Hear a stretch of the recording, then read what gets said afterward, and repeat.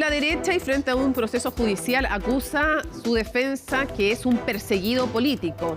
Después, desde la centroizquierda, acusan lo mismo por ser hijo del actual presidente. ¿Pasa en Chile? No. Bueno, sí, también, pero me refería en todo caso a Estados Unidos. Los casos son muy distintos, pero las reacciones muy parecidas. Tanto Donald Trump como Hunter Biden, hijo del presidente Joe Biden, acusan que los casos judiciales en su contra tienen motivaciones políticas. Sarah Longwell titula diciendo que es bueno saber que Trump no es un rey y que su condena, de alguna manera, es una de las pocas ocasiones en que puede rendir cuentas la máxima autoridad o la ex máxima autoridad y que la ley rige para todos. Sobre todo cuando antes de las elecciones no se prevé otro juicio. O sea, que el sistema aún funciona y que deben sentirse orgullosos como país. Una forma de verlo, ¿no?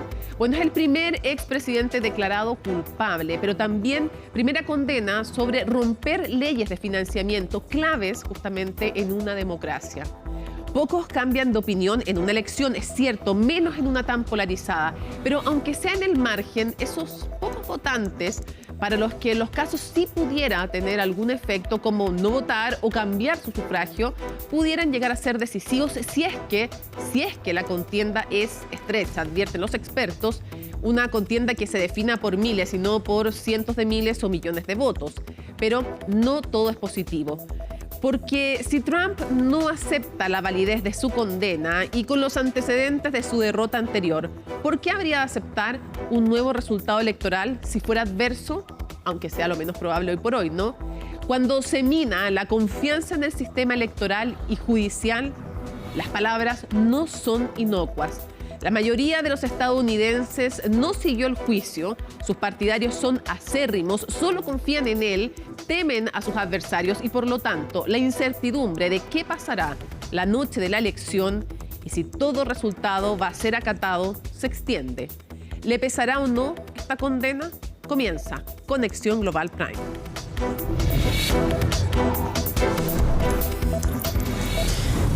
¿Cuáles son los casos judiciales en contra de Donald Trump? ¿En qué consisten? ¿En qué estados o en qué sistema federal se están llevando adelante? Nos lo cuenta en su nota Gabriel Palma.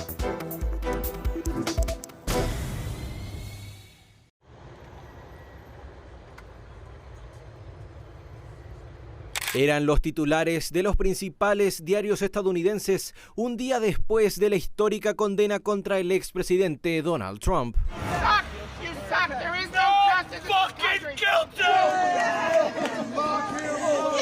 El pasado 30 de mayo, el magnate de 77 años fue declarado culpable de 34 cargos penales por la falsificación de documentos financieros para ocultar los sobornos a la actriz de cine para adultos Stormy Daniels, con quien Trump habría tenido una relación en 2006.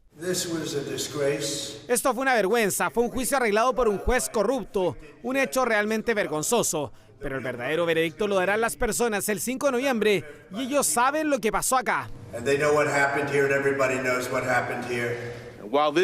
Si bien este acusado puede ser diferente a cualquier otro en la historia de Estados Unidos, llegamos a este juicio y en última instancia a este veredicto. Hice mi trabajo, hicimos nuestro trabajo. Hay muchas voces ahí afuera. La única voz que importa es la del jurado y el jurado ha hablado. Y es que el 30 de mayo del 2024 quedará marcado en los libros estadounidenses como el día en que por primera vez un expresidente fue declarado culpable por delitos graves en la jurisdicción del país. Una condena por la que arriesga 4 años de cárcel por cada uno de los 34 cargos, aunque considerando su edad, la falta de antecedentes penales y que no se trata de delitos violentos, es muy probable que no pise la cárcel por este juicio, aunque el propio Trump declaró no sentir miedo si llegan a encarcelarlo. Estoy bien con eso. El otro día uno de mis abogados dijo, oh no pueden hacerle esto al presidente, pero podría suceder, aunque no sé si la gente lo soportaría. No estoy seguro de que la gente lo acepte.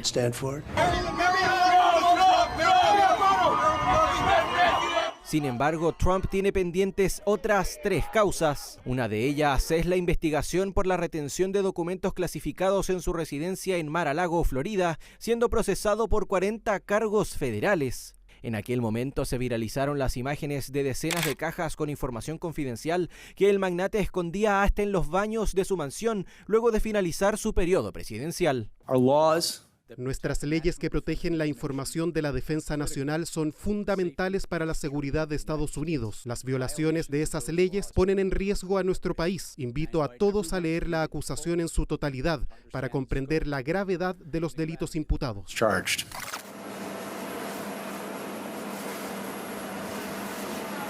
Pero aquí es donde las investigaciones judiciales suben un escalón. El 14 de agosto del 2023, el líder republicano fue acusado de intervencionismo electoral en el estado de Georgia junto a otras 19 personas. I just want to find 11,780 votes. La justicia apunta a Trump y otros asesores de liderar una trama para intentar revertir los resultados de las elecciones del 2020, siendo juzgados por la famosa Ley RICO que persigue a organizaciones criminales.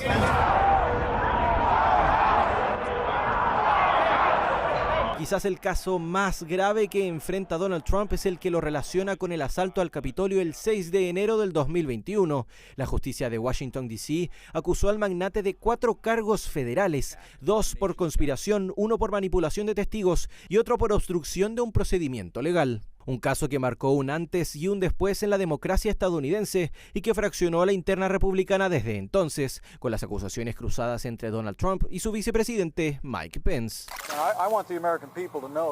Quiero que el pueblo estadounidense sepa que yo no tenía derecho a revocar las elecciones, y ese día el presidente Trump me pidió que lo pusiera por encima de la Constitución. Pero elegí la Constitución y siempre lo haré. Cualquiera que se ponga por encima de la Constitución nunca debería ser presidente de los Estados Unidos. Son en total 88 cargos penales contra un expresidente de Estados Unidos, un camino que el republicano ya tiene más que avanzado, ubicándose por sobre Joe Biden en las encuestas para retornar a la Casa Blanca, pese a su ahora abultado historial judicial.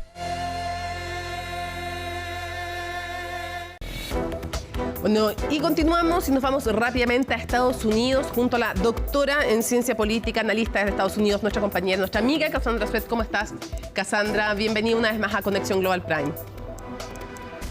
Muchas gracias, Mónica. Siempre un placer. Quisiera preguntarte, este proceso que vamos a analizar, estos procesos judiciales de Donald Trump, primero, ¿frente a qué presidente Biden no se encuentra? ¿En qué momento está Joe Biden para ir luego a analizar entonces en qué contexto político se dan estos casos judiciales? Claro, el momento político en el cual vive Joe Biden es bastante complicado. Y la verdad es que se encuentra en una posición políticamente hablando bastante más frágil de lo que uno hubiese esperado, dado todos los impactos judiciales contra Trump. Mismo así, en muchas encuestas y en la mayoría de los estados claves, Biden sigue Trump, o por lo menos están muy cerca, pero en 5 de los 6 está por atrás de Trump en este minuto.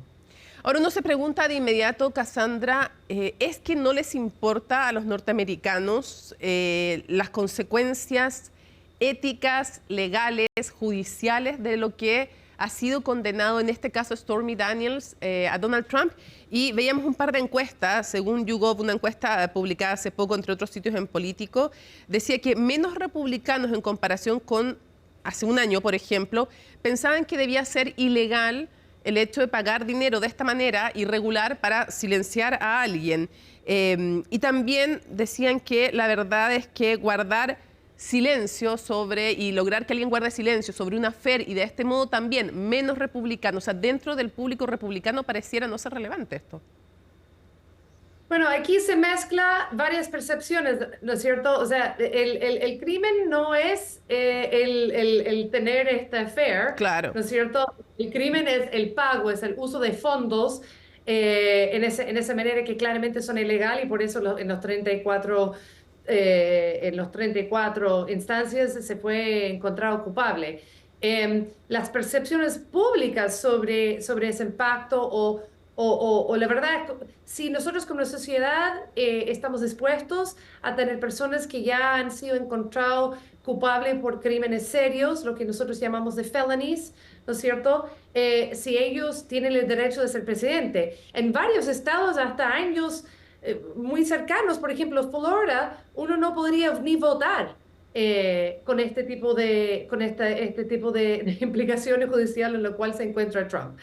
Entonces, veamos un cambio cultural, un cambio legal, en términos de cómo las percepciones del público ven a sus líderes. Claramente no le importa tanto al público norteamericano y no ha tenido un impacto en particular en los republicanos. En los independientes, eso sí, veamos en las encuestas que salieron hoy, de hecho que eso sí ha tenido un impacto en los independientes, los llamados votantes que no están particularmente afiliados oficialmente a un partido republicano o demócrata. Entonces, sobre el tiempo, sería bastante interesante ver cómo estos votantes independientes van a ir cambiando sus posiciones después de ese primer impacto negativo que hemos visto en sus percepciones de Donald Trump. Cassandra, ¿cuáles son los estados bisagra que tú nos dices que habría que mirar porque podrían darse vuelta para un lado y para el otro? Y si hay en el margen, no entre los convencidos, sino que entre los indecisos o los que no tienen una afiliación política tan clara, ¿cuáles son esos estados entonces que hay que mirar con atención? Mira, los estados bisagras, un término maravilloso, ¿no es cierto? Son estados donde los independientes cuentan mucho, pero más que nada y algo que vamos a ir explorando durante este tiempo junto con el público chileno, algo que es extraño para alguien que haya estudiado Chile o vive en el tipo de democracia que existe en América Latina. Estos estados, ellos tienen una posición importantísima en las certificaciones de las elecciones. Entonces, nosotros vamos a estar mirando cómo se juegan los votantes en estos estados, pero también cómo se juegan los congresos locales, las asambleas. Entonces, por ejemplo, tenemos casos por Arizona, Wisconsin, Georgia, Nevada, Pennsylvania. Estos son los 5 más importantes. En 3 de estos, durante las últimas elecciones, tenemos casos de personas que intentaron fraudular las elecciones, empujar procesos en los cuales en las asambleas locales no certificaron la victoria de Joe Biden.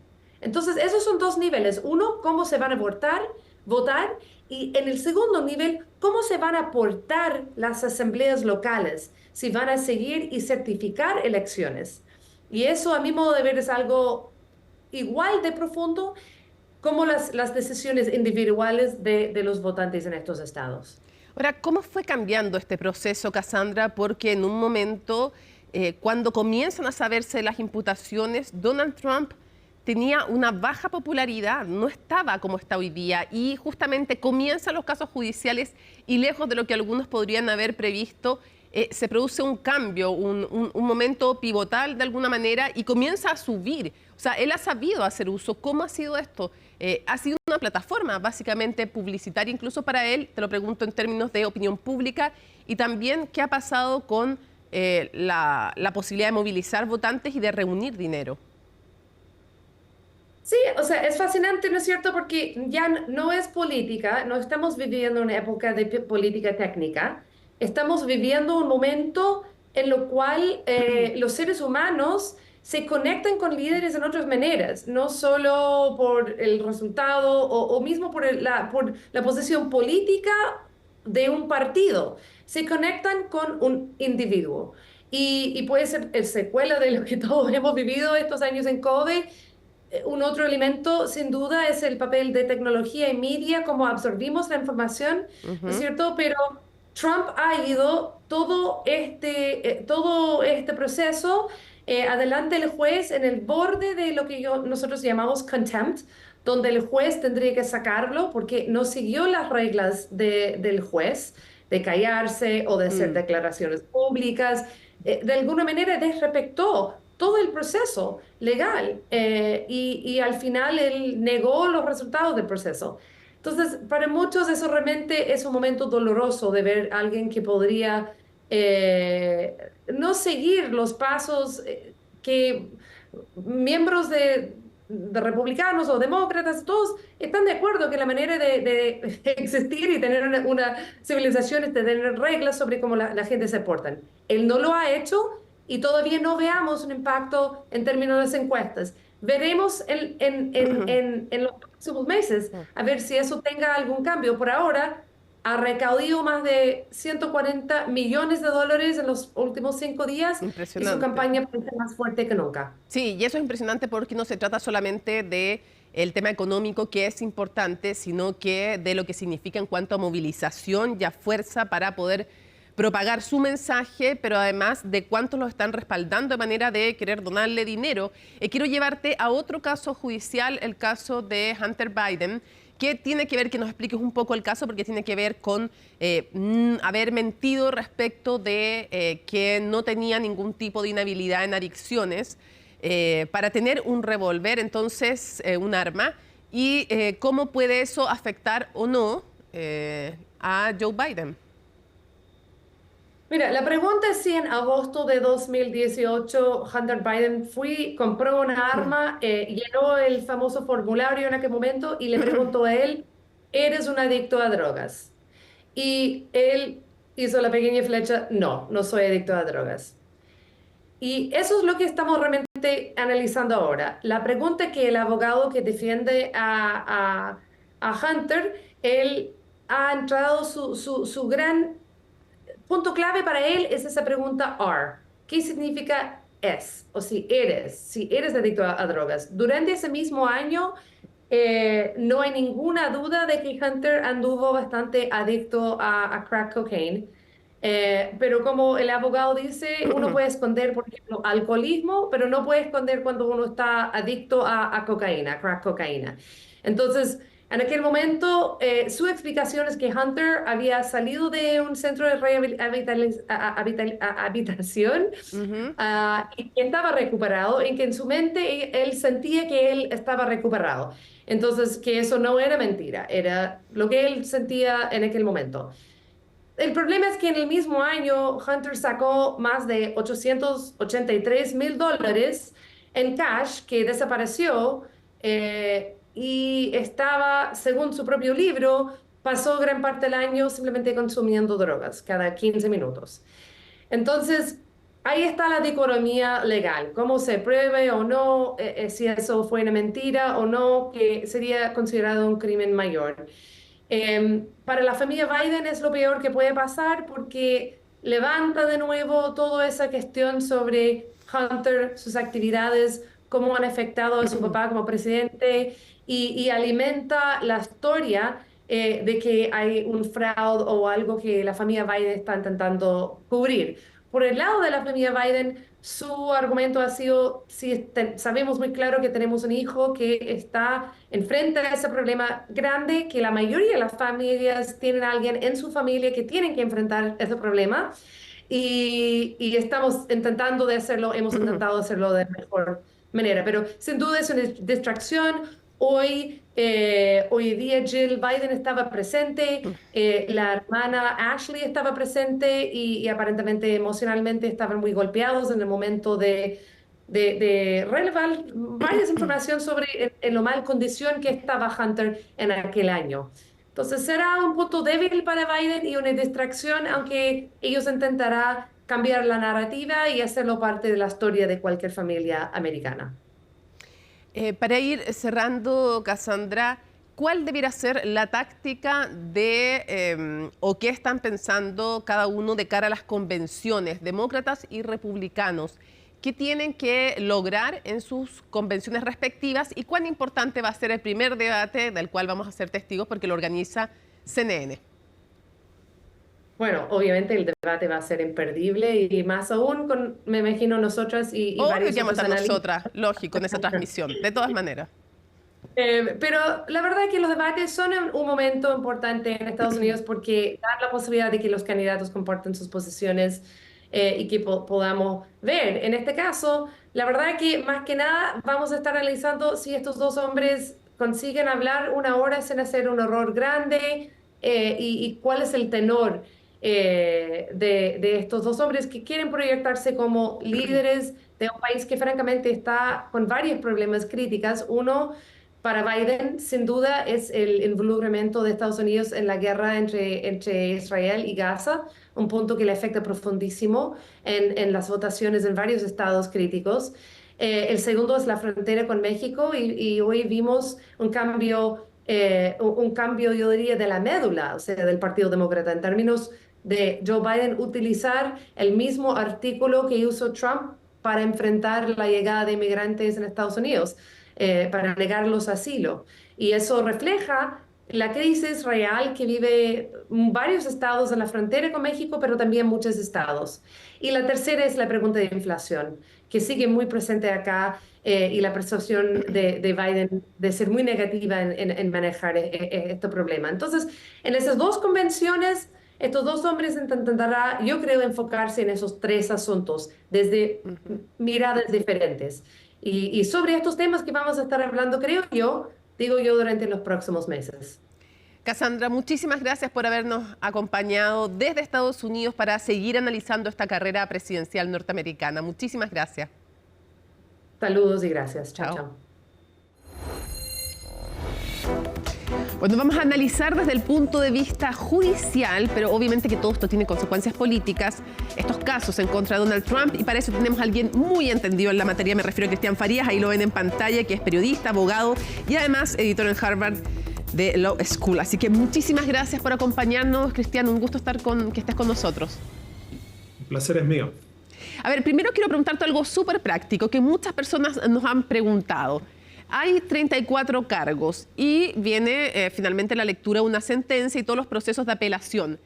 ¿Se puede de alguna manera dividir la sentencia en súper simple? ¿Te pueden encontrar al final en las apelaciones y en los recursos culpable, por ejemplo, te invento, 29 cargos y 5 que queden fuera, o no? ¿O es a paquete completo esto? Esto es el paquete completo. Él ya ha sido condenado de los 34 cargos y por lo tanto el juez va a tomar en cuenta los 34 cargos.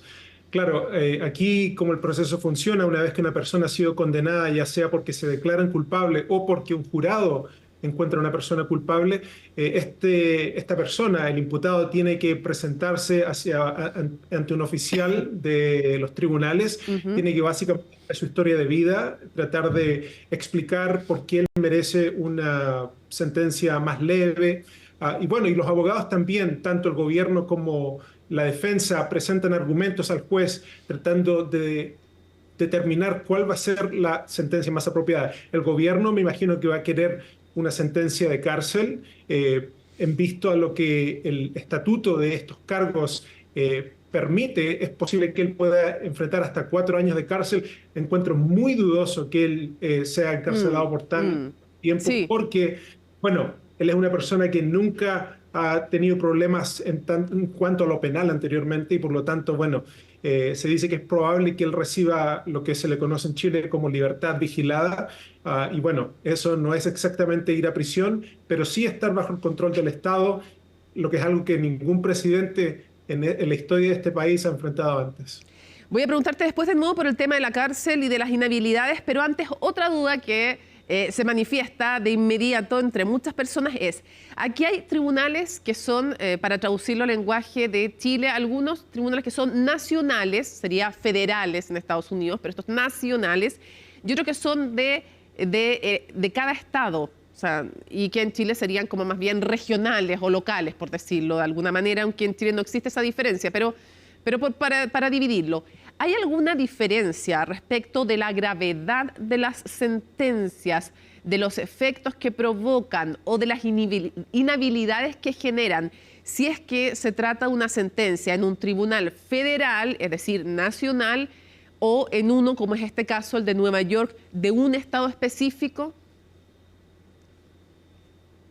Claro, para no entrar a tanto detalle constitucional, ¿sí? Bueno, sí existe este sistema doble o sistema paralelo, están los tribunales, tanto federales como los estatales, Y bueno, en cuanto a la condena en sí, en cuanto a si es que es prisión o alguna otra condena, no importa mucho cuál sea el tribunal que dicte la sentencia. Yeah. Lo que sí importa, ya que Trump es un candidato federal a un cargo federal como presidente, es que, bueno, los tribunales estatales, de acuerdo al arreglo constitucional de este país, no pueden incidir en algo que tenga que ver con su poder como presidente a nivel federal. De hecho, de él ser escogido presidente nuevamente, bueno, existe lo que se conoce la cláusula suprema de la Constitución, que dice que las leyes federales se sobreimponen sobre las leyes estatales. Y por lo tanto, yo no veo que una condena estatal sea ninguna clase de impedimento para que él pueda, como presidente, poder llegar al poder. Y bueno, incluso hasta para que los tribunales estatales digan si es que por algún motivo la condena va en paralelo o al mismo tiempo que él es elegido presidente, que los tribunales estatales digan, bueno, debido a esta cláusula suprema, vamos a tener que suspender la sentencia mientras dure la presidencia de Donald Trump. Ahora, se dice que es muy poco posible, como tú ya lo adelantabas, que vaya a la cárcel porque están como en la categoría E, estos delitos que se le están imputando en Nueva York, que son como los más suaves, entre comillas, los menos graves de todos los que podrían ser. Por lo tanto, salvo que fuera acusado de, técnicamente, no sé cómo se traduce, pero subversión del orden democrático, conspiración contra el orden democrático, la verdad es que es lo único que le impediría ser presidente, pero ni siquiera estar en la cárcel le impediría en rigor, en estricto rigor, ser presidente, ser electo presidente. Exactamente. La Constitución de Estados Unidos no impone ninguna clase de barrera para un candidato, incluso condena de ningún tipo, no dice que alguien tenga que tener conducta moral perfecta, ninguna condena en su prontuario, nada por el estilo. Entonces, él en rigor podría ser presidente incluso ya estando en la cárcel. Claro. Y bueno, lo que suena un poco descabellado, pero volviendo a lo que te dije hace un rato en cuanto a la cláusula suprema de la Constitución, la Supremacy Clause que le llaman, yo pienso que un juez estatal, incluso el juez que ha visto el caso que acaba de terminar, él diría, bueno, en base a estos principios constitucionales, yo no puedo permitir que el señor Trump, si es que es elegido presidente, él pueda proseguir con condena hasta que él termine ya su segundo periodo como presidente. Insurrección era la palabra, estaba buscando su versión. Insurrección es el delito que te impide ser presidente, el único. Y quería preguntarte, bueno, se enfrenta a 88 cargos en 4 procesos en distintos estados de distinta característica. Entiendo que con esta primera sentencia, dadas las leyes del estado de donde él está inscrito y las de Nueva York, él va a poder votar también incluso. No está impedido de votar tampoco. Nada.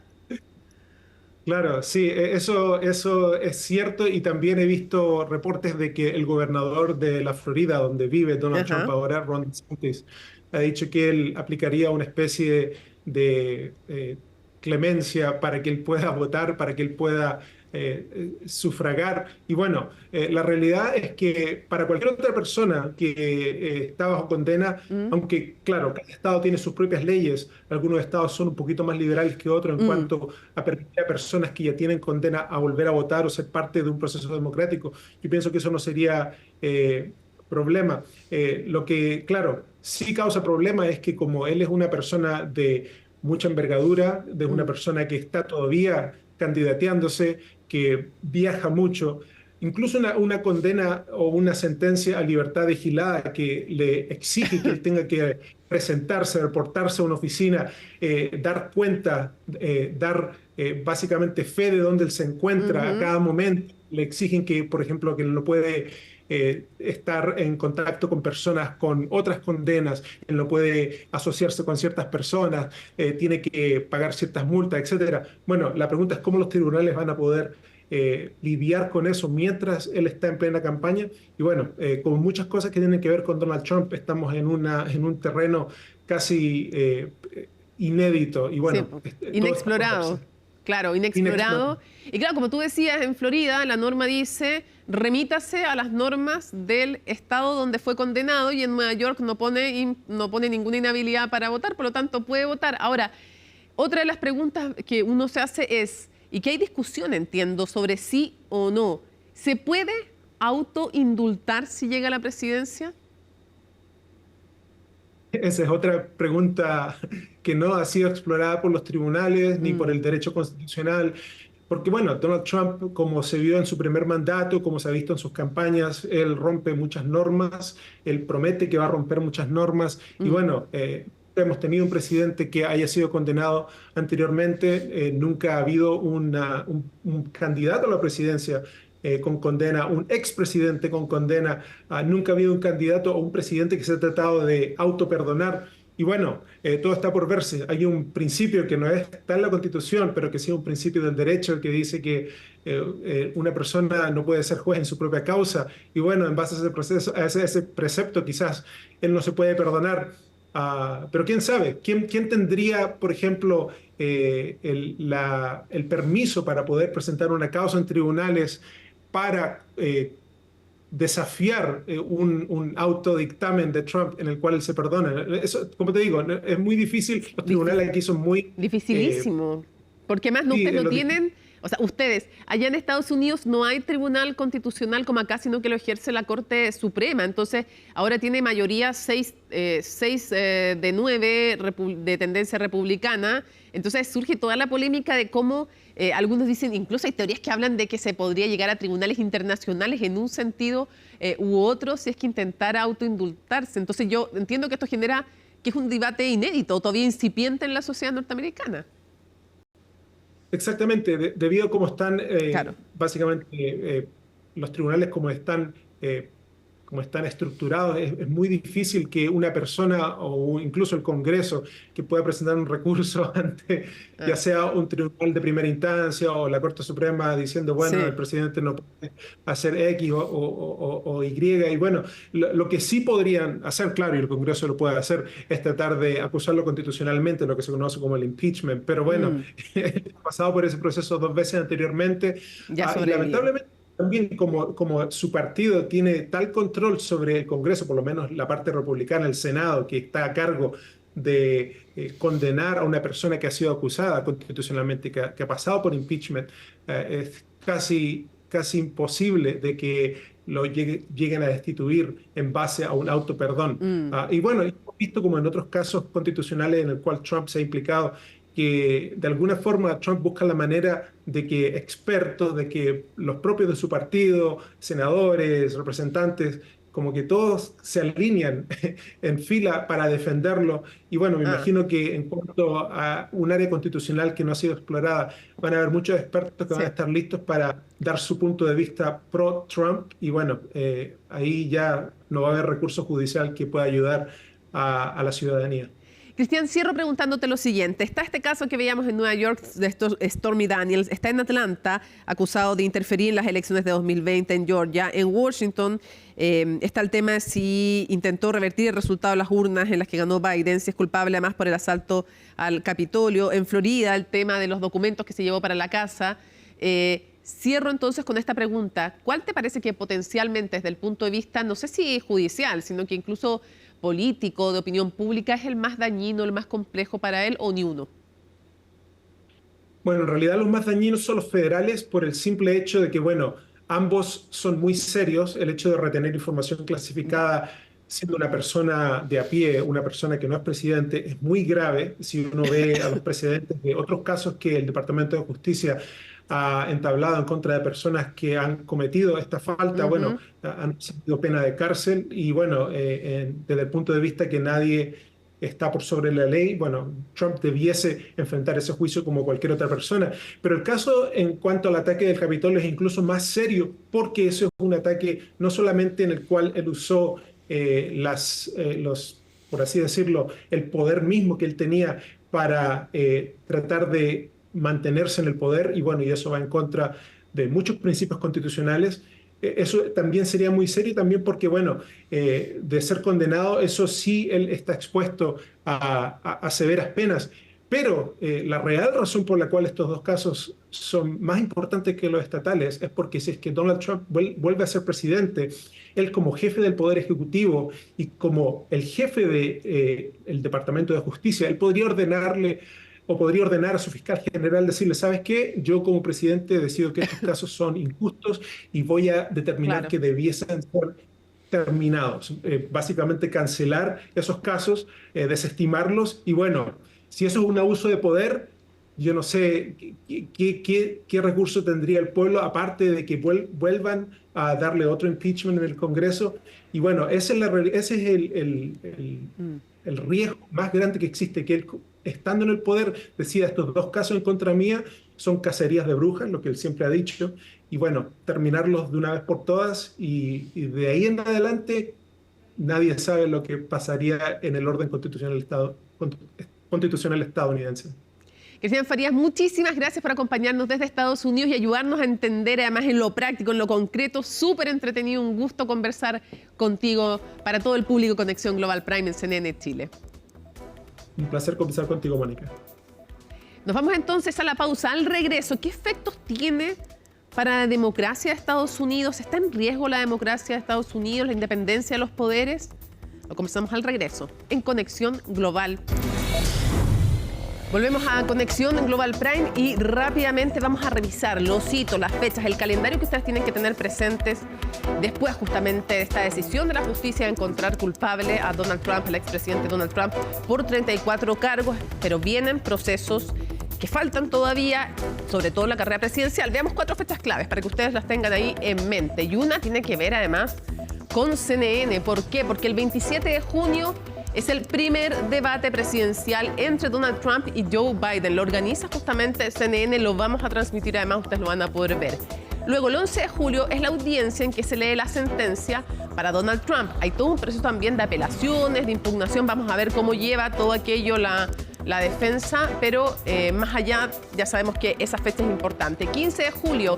¿Y por qué es importante? Porque más es 4 días antes de que comience la Convención Nacional Republicana. No hay duda alguna de quién es el candidato, evidentemente, pero son instancias políticas en que se moviliza y se logra poner vida y tensionar de alguna manera a las bases en el sentido de movilizarlas, ¿no? Y luego el 5 de noviembre, las elecciones presidenciales en Estados Unidos, que, ustedes lo saben, son de elección indirecta y vamos a ver cómo se da ese proceso, porque la vez pasada estuvimos casi 2 semanas ahí en suspenso hasta que se hicieron reclamaciones y finalmente se tuvo el resultado final nunca aceptado por el expresidente Donald Trump. Vamos a ir de inmediato entonces a conversar con una de nuestras analistas. Es un gusto tenerla hoy día con nosotros. Me refiero a Catherine Reis-Householder. Muchísimas gracias por acompañarnos hoy día en esta conexión global en que estamos además analizando justamente el futuro de Donald Trump y las implicancias que tiene no solo para él, porque eso es lo que queremos abordar un poco más contigo. Queremos preguntarte primero, en un término de campañas, ¿qué efectos crees tú que tienen las estrategias de campaña de republicanos y de demócratas el resultado de este juicio, este primer juicio? Porque ya lo veíamos en el bloque anterior, son hartas instancias judiciales más. Super. Gracias por la invitación. Normalmente sería algo malo para un candidato presidencial ser condenado por ese tipo de delito por un procedimiento legal judicial. Pero en realidad las consecuencias son mucho más complejas y por ende las campañas van a tomar esto de 2 maneras muy diferentes. Para los demócratas, cierto, van a decir y seguir diciendo que Trump es un delincuente convicto y van a estar repitiendo esto mucho. No tanto, yo creo, el presidente Biden. El presidente Biden ha intentado como mantener un poco de silencio en realidad sobre el tema de los casos y los juicios de Trump. ¿Por qué? Porque no quiere ser visto como involucrado o manipulando eso detrás de las escenas. Hay que acordarse que este juicio fue local, ¿cierto?, en el estado de Nueva York, y no tiene nada que ver con el gobierno federal o el gobierno de Biden. Entonces, Biden ha intentado mantener un poco de silencio, pero sí salió después hablando sobre el procedimiento judicial y que fue un proceso por lo menos correcto, que la selección, por ejemplo, del jurado fue una selección correcta en términos procedimentales y llegaron a una conclusión como cualquier otra persona habría sido juzgado así, digamos. Y entonces los demócratas van a intentar enfatizar, no tanto Biden, sino como la campaña en sí, de que Trump es corrupto, es un delincuente, no se puede confiar en él. Trump va a seguir la misma línea que siempre ha seguido, que él es víctima, ¿cierto?, de una persecución política.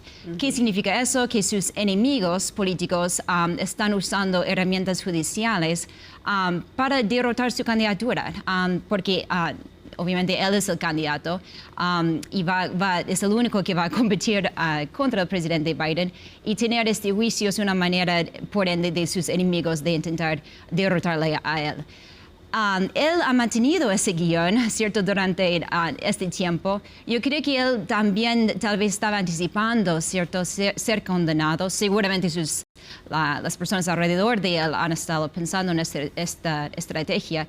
Y es increíble cómo los líderes del Partido Republicano siguen el mismo guión, ¿cierto? Este es el guión de Trump, intentando mostrar su lealtad a Trump y, de hecho, intentando competir entre ellos para ser candidatos a la vicepresidencia, que sería que Trump va a tener que decidir quién sería su compañero de fórmula en esto. Entonces vemos dos guiones muy distintos en términos de las campañas.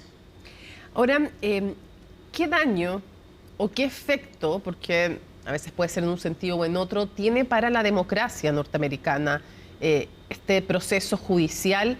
Y te lo pregunto primero en términos de estrictamente judiciales, sobre la confianza o no que hay en estas instancias. Tú me compartías algunos estudios, por ejemplo, y uno de CBS con YouGov, una encuesta decía que el 54% de los independientes cree que Trump recibió un juicio justo.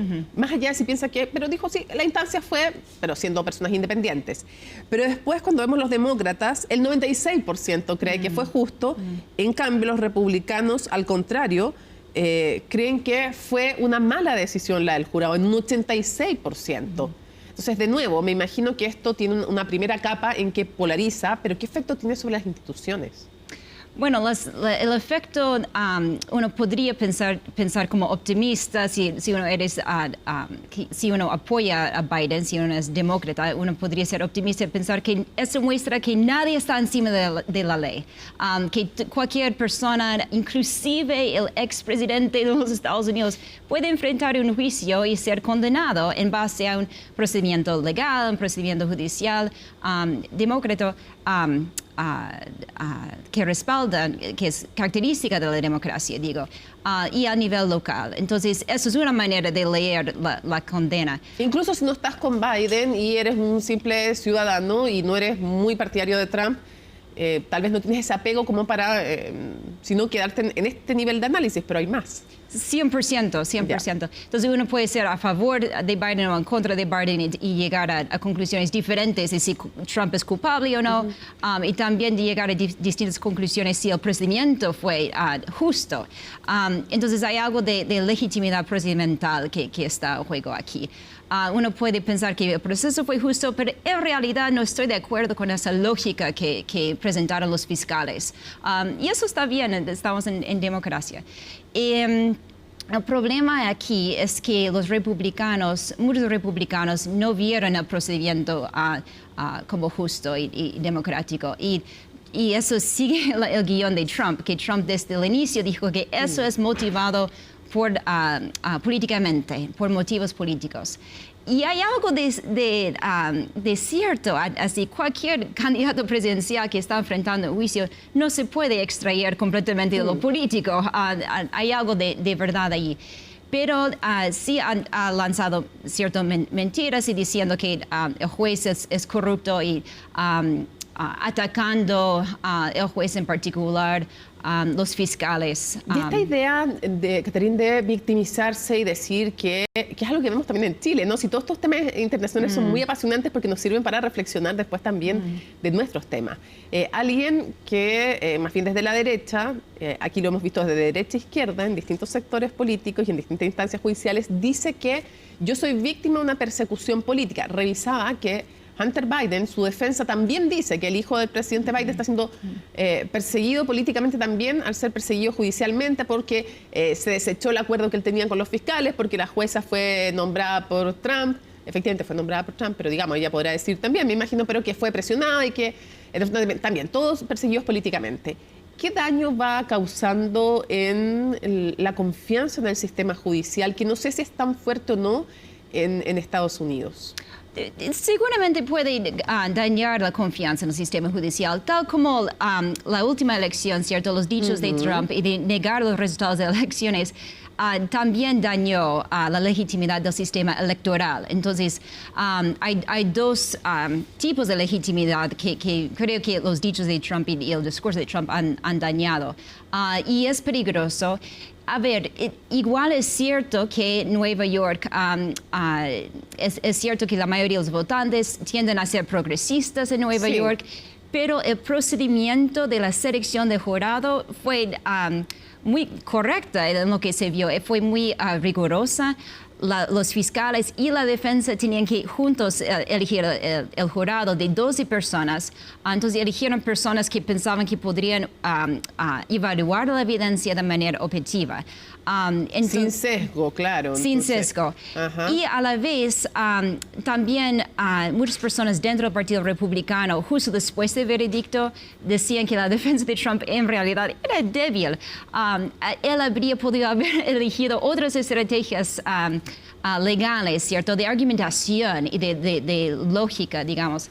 Pero se ponía mucho énfasis, por ejemplo, en atacar a Michael Cohen, atacar su credibilidad. Entonces, la defensa en sí... Como testigo. Como testigo. La defensa en sí se mostraba debilidad también. Entonces vamos a ver si Trump va a tener éxito en esas apelaciones. Va a seguir y puede ser revertida la decisión por las Cortes de Nueva York. Eso es completamente posible y obviamente sería otro proceso judicial legítimo y democrático. Sí, contar que Michael Cohen, que era un estrecho colaborador de Donald Trump y que se da vuelta en el fondo y termina atestiguando y diciendo la verdad frente a la Fiscalía, yo ayudé a todo este entramado y sí es verdad lo que está diciendo la Fiscalía. Ahora, en la convivencia cotidiana, ¿qué tan polarizada está la sociedad norteamericana? Y para la convivencia de un país, ¿cómo va esta elección? No solo los procesos judiciales, sino que esta elección, ¿cuánto va horadando la convivencia entre los norteamericanos? Lo que se ha mostrado es que durante la presidencia de Trump y los años después, el discurso político en los Estados Unidos ha sido más y más odioso y divisivo. Y uno podría decir que eso es Trump o no, pero seguramente el discurso de Trump es agresivo. Y la idea, la premisa de de su discurso es que yo soy víctima, ellos son mis enemigos, y por ende yo debería tener venganzas. Buscar venganza después cuando yo soy presidente. Eso es peligroso, cierto, para la democracia, de pensar que un presidente, que una persona que quiere ser presidente, que viendo las encuestas, cierto, que fácilmente sería presidente luego, va a buscar venganza, cierto, contra sus enemigos políticos. Para ir cerrando, ¿tú crees que si el resultado es adverso para Donald Trump, él va a reconocer el resultado o vamos a ver lo mismo? Y siempre las cosas pueden o resultar igual, mejor o peor. Entonces, si es que no valida el resultado Donald Trump, en caso de ser adverso, porque si gana, obvio, ya no que se va a quejar, digamos. Pero si es adverso y no lo reconoce, lo que pasó anteriormente es un buen o mal pronóstico, porque uno podría mirar el vaso medio lleno y decir, a ver, la verdad es que sostuvo, la democracia resistió en Estados Unidos, a pesar del horroroso el ataque al Capitolio y todo. Hubo republicanos, que es mucho más meritorio que siendo demócratas, sino que republicanos, como Mike Pence mismo, su vicepresidente, entonces, que estuvieron dispuestos a pelear por conservar la democracia y no subvertir los resultados de esta elección. Y otros pueden decir, no, como ya está media debilitada en el fondo la democracia, sí puede estar en riesgo. ¿Qué piensas tú? ¿Reconoce, no reconoce? ¿Depende del margen? Y si está en el fondo no en riesgo, no sé si la democracia, pero la calidad al menos de ella en Estados Unidos. Sí, es que Trump pierde, que no se ve exactamente.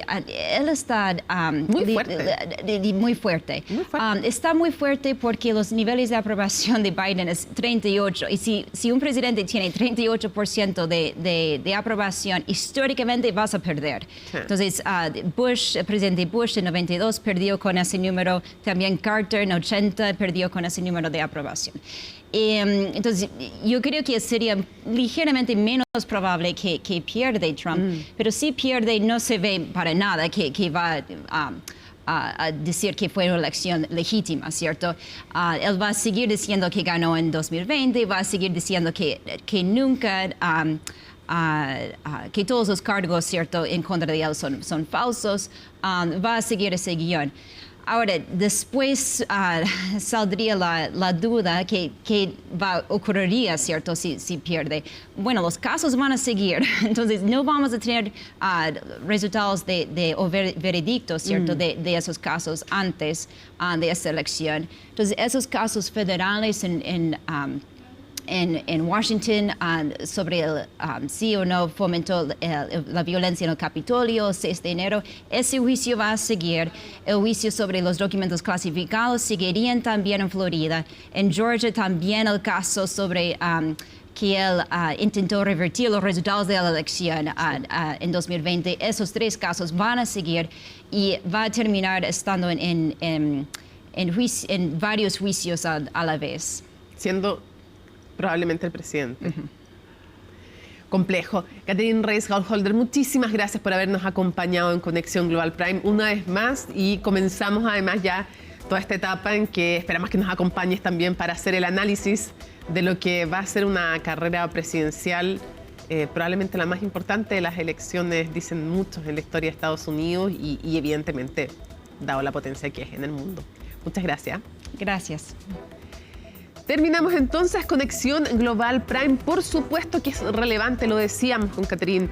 Mucho de lo que vemos en otros países nos recuerda las cosas que pasan en nuestro país. Nos sirven para aprender, para que sea un espejo en el que muchas veces no queremos reflejarnos, no en esa polarización, no en ese cuestionamiento de nuestras instituciones democráticas. Nos vemos en un próximo Conexión Global.